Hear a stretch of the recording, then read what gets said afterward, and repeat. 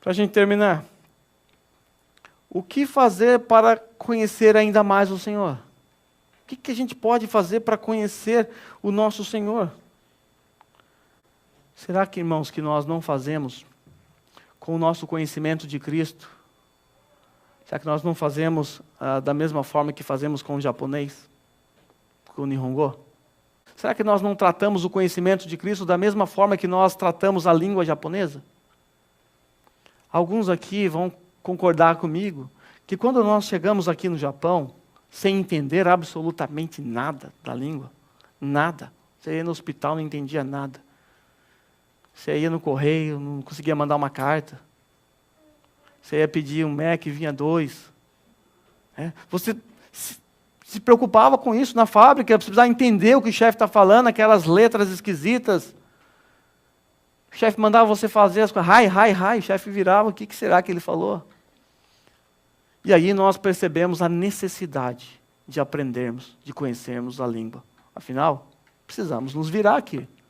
E aí então, experiência pessoal, você começa a se esforçar de alguma forma, fazendo amizade com japonês, alguns compram livros, entram em cursos, começam a estudar a língua, afinal você precisa disso. E aí você adquire um conhecimento básico, aquele Nihongo macarrônico. Mas você consegue se virar, você vai na prefeitura sozinho agora, você vai no restaurante, porque você aprendeu que o restaurante só vende core mesmo, então só vende core lá, é fácil. Aí core esse, core aqui, core. Então é fácil. E você se acomodou. Para você tá bom o que você adquiriu. Aí você não estuda mais, não cresce mais, não aprende mais kanji, não aprende, mal sabe ler katakana, hiragana. Será que não é assim que nós tratamos o conhecimento de Cristo? Será que nós nos acomodamos com o tanto que nós aprendemos dele? Com a intimidade que desenvolvemos até agora? Tá bom, estou melhor do que aqueles outros irmãos lá das igrejas por aí. Tá bom, eu já estou fazendo Martin Butt, tá bom, já tem... Não, nós não podemos nos acomodar. Não podemos tratar o conhecimento de Cristo como nós tratamos a língua japonesa. Nunca alcançaremos a satisfação plena do conhecimento de Cristo. Nunca. Nunca. Nós devemos ter isso em mente. O pecado que habita em nós nos afasta de Cristo. É uma luta, é uma maratona. Por isso temos que empenhar a nossa força, correr com as nossas pernas, esticar os nossos músculos, treinar, se preparar. Por quê? Porque o pecado habita em nós. E o pecado é contrário ao conhecimento de Cristo. Que desculpas nós temos para não conhecer a Cristo? Que desculpas nós temos? Muito trabalho. Agora estamos tendo pouco. E mudou alguma coisa na sua vida?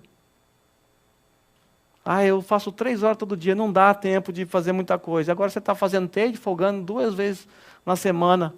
Será que você mudou? Será que isso mudou a sua vida? Talvez porque conhecer a Cristo nunca foi o seu alvo. Talvez porque conhecer a Cristo foi só o meio de você entrar para a comunidade dos santos e agora você está satisfeito. Não devemos nos acomodar. Outra maneira de nós conhecermos ainda mais o Senhor, nos debruçando sobre as Sagradas Escrituras. Nos debruçando sobre esse livro. Nós estamos diante da palavra de Deus revelada a nós. Revelada a nós. No passado, os evangélicos eram conhecidos como o povo da Bíblia. Hoje não dá nem para ser conhecido como o povo do versículo. Esse livro aqui é desprezado em muitas igrejas, em muitos púlpitos, e é desprezado por muitos irmãos. Se nós quisermos realmente conhecer ao Senhor, está aqui a revelação do Senhor para nós, a palavra dele. Intimidade se constrói com um diálogo. Com um diálogo. Quando você lê as Sagradas Escrituras, é o Senhor falando com você. Segundo ponto, Um diálogo também se constrói quando você ouve o outro e você fala também.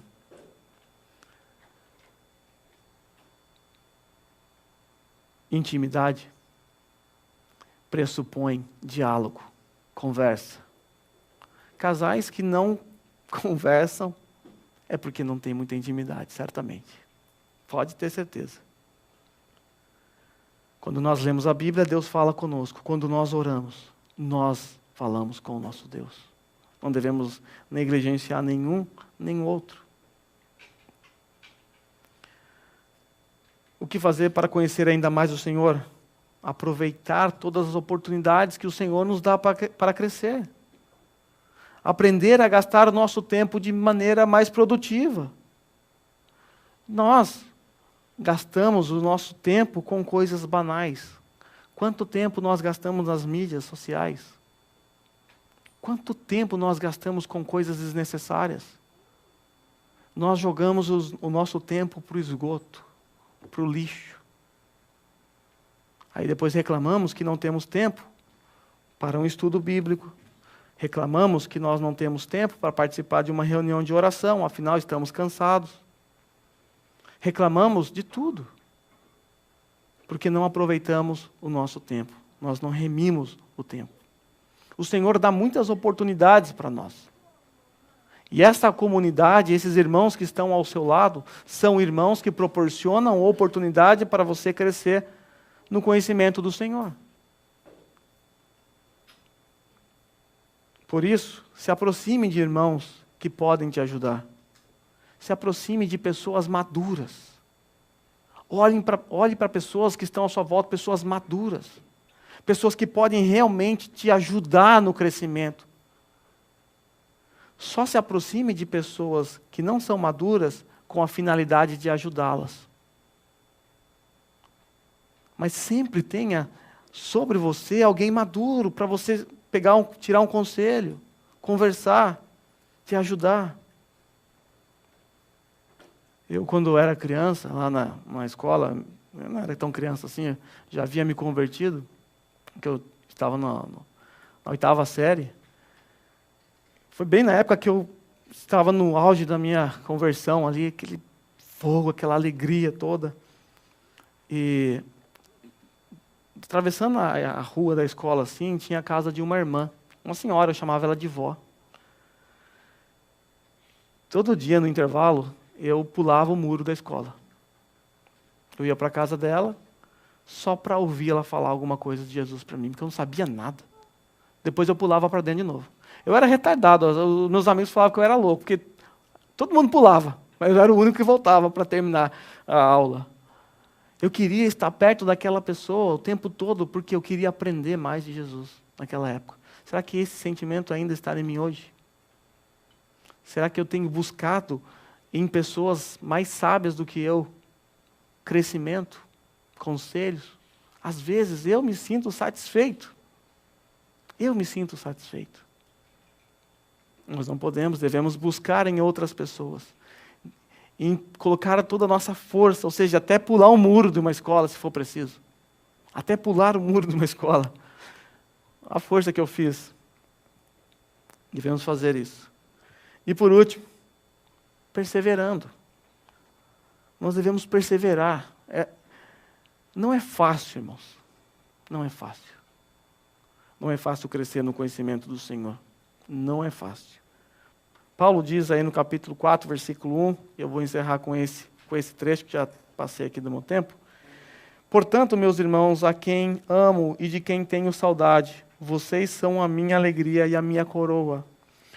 Permaneçam assim firmes no Senhor, ó amados. Eu termino o sermão com as palavras de Paulo. Portanto, meus irmãos de Randa, dessa igreja batista reformada, aqui em Randa, a quem eu amo. Eu não sinto saudade de vocês hoje porque eu estou aqui, mas senti muita saudade enquanto não estive com vocês por causa da pandemia. Vocês são motivo de alegria para mim. Vocês são tudo isso para mim. Porém, irmãos, eu peço para vocês que permaneçam firmes no Senhor, ó amados. Permaneçam firmes no Senhor. Persevere. não desista da corrida. Não desista da corrida. Vamos orar?